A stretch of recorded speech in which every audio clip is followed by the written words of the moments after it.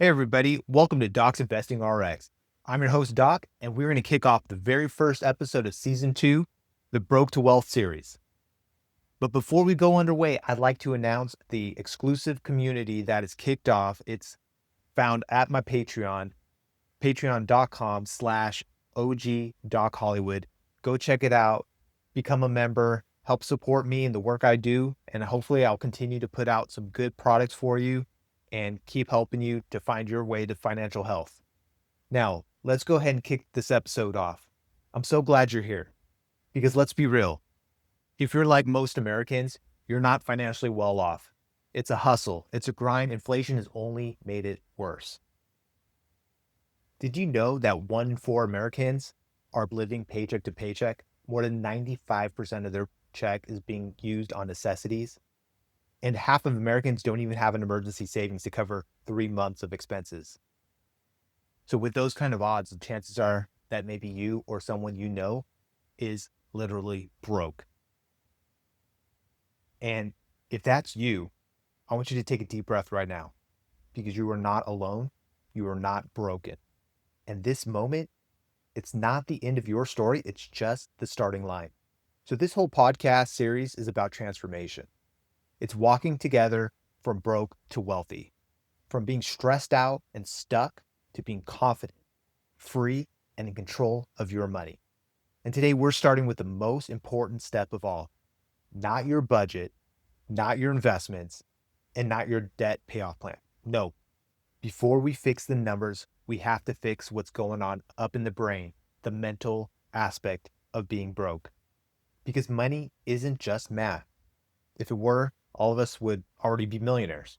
Money is emotional, it's mental, it's tied up in our past, our fears, and our identity. And until we reset that, nothing else is going to stick. Nothing's going to work. So let's start with a basic question. Why do finances feel so hard? You realize that most of divorces have to do with finances? Think about it. How many nights have you lost sleep over bills? Or how many fights have you had with a partner or family member about money? How many times have you avoided opening a bill because you just didn't want to deal with it? Pretend it's not there and just come back to it later. If you've done any of those things, that's not failure.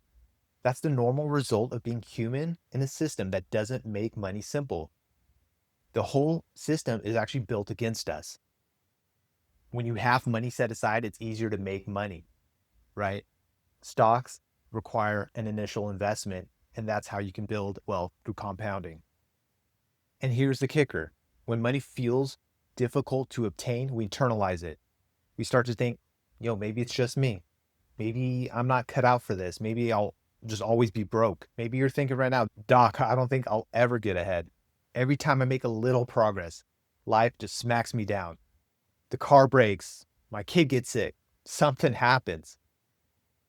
And what I want to say is that doesn't mean you're bad with money. It just means you're human, right? You're living life. These things happen. It means you're surviving.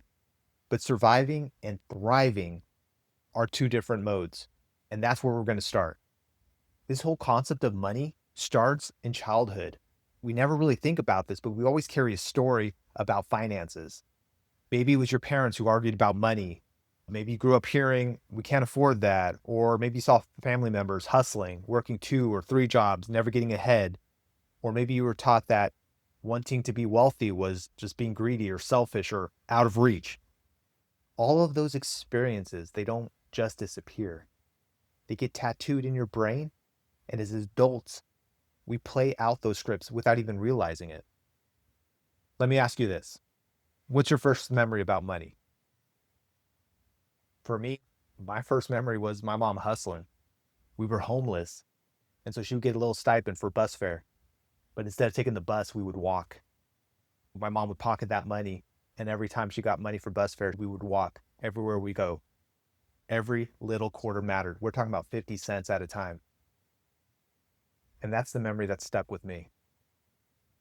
So I want you to pause later today and really reflect. What's my earliest memory about money? What did it teach me? Because those are the lessons, whether true or not, are shaping how you act with money right now. But here's the good news. Your past story does not have to be your future story. You can rewrite it. So let's get real. If your old story was money's stressful, there was never enough, I'll always be behind, then guess how you're going to live? Be stressed, you're going to be frugal, and stuck behind. It's like the patient who believes they'll always be sick. Even if you give them medicine, they won't take it seriously because deep down, they've accepted the illness as their identity. They're not going to get better. Why does it matter? Why should I exercise? Why eat well? I'm always going to be this way. But the moment they shift to, I can get better, I deserve to be healthy, I am capable of healing, suddenly the treatments start working. It's because their brain isn't fighting against them anymore. It's not that mental blockade against progress.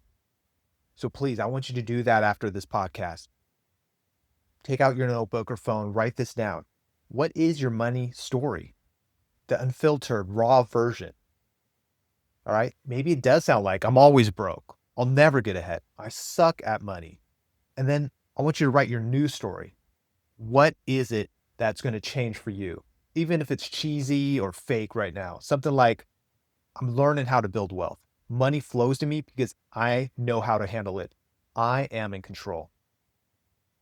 That's simple rewrite. I promise you is more powerful than you think because it's planting a seed. It's planting that confidence because you can change it. You will change it. And every choice you make after this is watering that seed. Okay, so let's talk about the shift. Survival mode to strategy mode. Survival mode sounds like this. I just need to get through this week. I'll deal with the bills later. I'll worry about saving when I make more money. But strategy mode says, what I do today creates freedom tomorrow. So let me give you 2 examples of this. Day 1, you wake up, you go to work, you get paid on Friday. By Saturday, you've treated yourself because, hey, I deserve it. By Monday, most of the paycheck is gone and the rest of the week feels like scraping by. That's survival mode. Scenario 2, same paycheck Friday, but this time before you even touch it, you automate it. $50 of savings, $50 towards your smallest debt. You still treat yourself, but you set your boundaries. By Monday, you still have money in the account. And more importantly, you've made a deposit into your future freedom.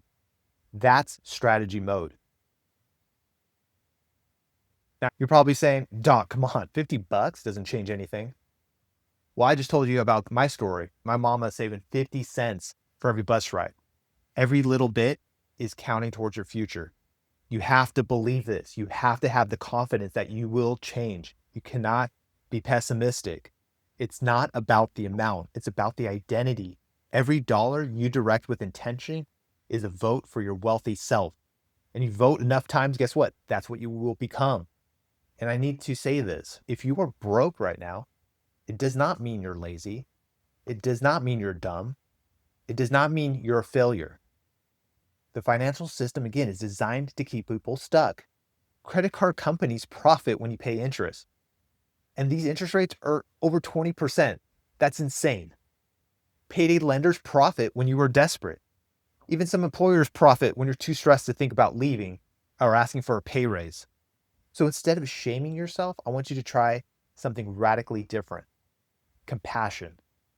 Imagine your best friend came to you and said, I feel like a failure. I can't get my money right. Would you look them in the eye and say, yeah, you're hopeless? No way, dude. You'd say, I see you. You're struggling, but you can turn this around. That's the voice I want you to start using with yourself. So let's fast forward for a moment. Close your eyes if you can. Picture yourself 5 years from now. Your bills are paid on time. Your savings account actually makes you smile. Your investments are growing in the background while you sleep. You wake up and instead of panic, you feel calm. You feel free.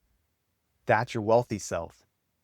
And yes, it might feel far away, but that future you, they're built from the decisions you start making right now.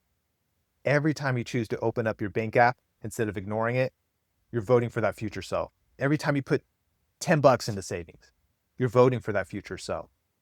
Every time you rewrite your money story, you're shaping that future self. All right. So let's wrap up today with your first prescription. Write down your old money story. Be honest. Don't sugarcoat it. Then right beneath it, write your new story.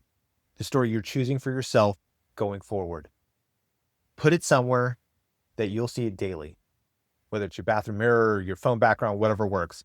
And here's the challenge. Say that new story out loud once a day for the next week. It might feel awkward. It's a little weird. Might even feel fake. But guess what? Change always feels weird at first. That's how you know it's working. Just listen to me one last time. Being broke is temporary. Being broken is optional. And you are not broken. This was step one, resetting your mindset. And you got this. You're going to crush this. Next time, we're heading into the financial emergency room. I'm going to show you how to stabilize your money when it feels like it's bleeding out so you can stop the financial stress spiral. Until then, be kind to yourself. Of course, be kind to others. Take that small action step. And remember, you are walking the path from broke to wealth. And I'm right here with you. All right, you got this. This is Doc. Until next time, take care of yourself.